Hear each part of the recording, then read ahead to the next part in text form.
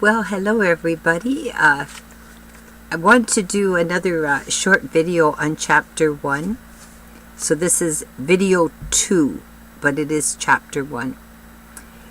And you may be finding, like I am, that this book is just full of information. And I wanted to point you to a few things in chapter 1 that might help. So the first one is on page 7. So if you don't have your book, pause this for a minute and grab your textbook. This one here, Think 4 to 6.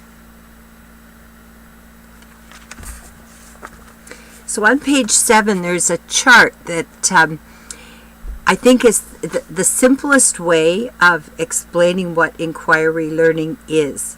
On the next couple pages, you see all these different ways of thinking about the steps. If you're dealing with science or with social studies, you might use different words.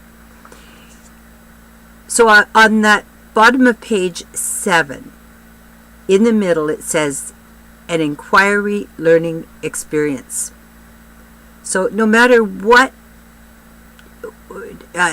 words are used to describe inquiry learning, no matter which models you look at, all of them contain 3 things.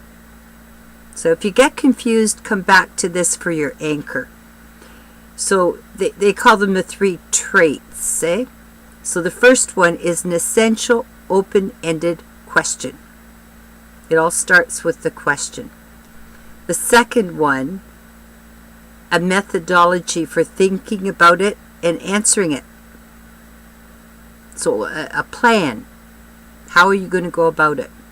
And the third one, creative, critical thinking, leading to new knowledge and innovative solutions. So once you've found your answers, what are you going to do with that? How do you share that knowledge? How do you use it to make changes? So again, the 3 things are the question, the plan, and then what you do with it. So if you get confused, come back to this. There was another 2 pages that I wanted to look at, page 12 and 13. On page 12, there's a chart at the bottom, traditional learning versus inquiry learning. We've been doing this all along. We've talked about it in several courses. And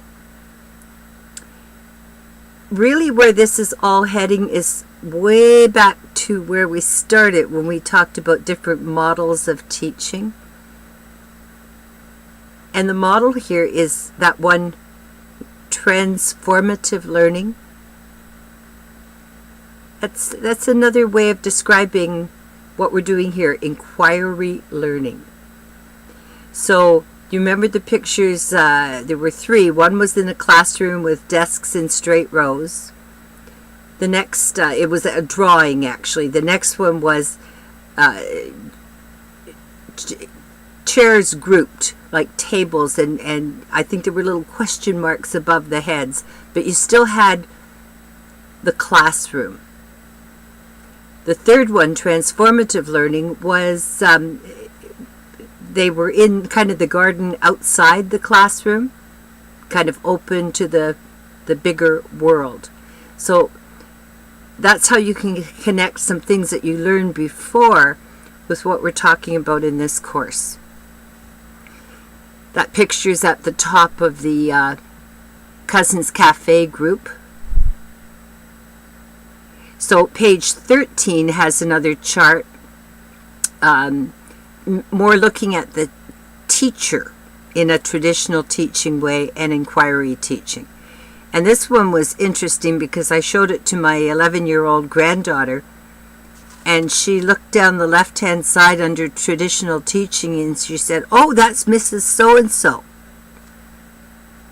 And she didn't respond really well to that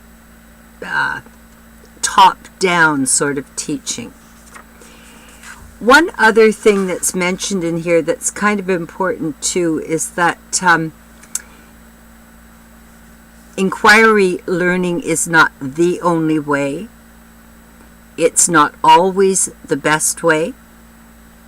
It's not that you throw out all the other skills you've learned as a teacher, because there's a place for, direct instruction or practicing, memorizing things. Like, this is one way, but as this book points out, this ability to ask questions is a basic skill that our students are going to need moving forward in the 21st century.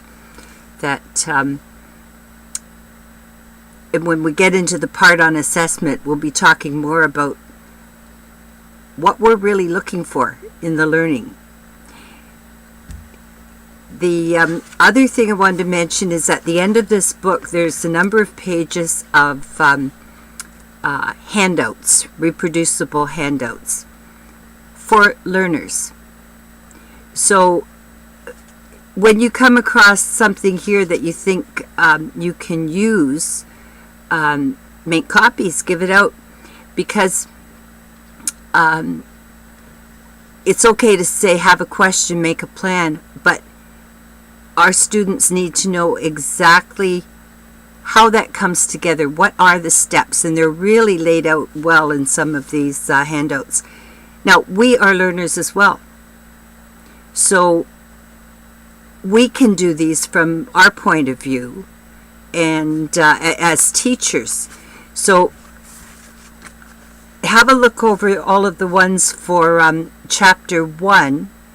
But there is one that I'd like you to answer and get back to me, and that's 1C. Now 1C is, just going back here, it's whether or not you're an inquiry learner. How far are you along that path? So the top part, just read it, but there are 3 questions at the bottom. If you could answer those questions and send that back to me, that would be the response for chapter 1. And it says, number 1, I am an inquiry learner because. So as you read and you find out what that means, think about yourself. Like, are you doing any of those things? Number 2, my goal in becoming a better inquiry learner is.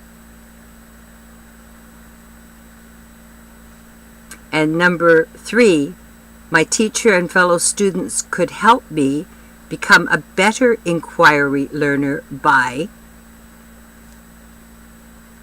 So give some thought to those 3 questions, and please email me or message in Facebook your reply to that.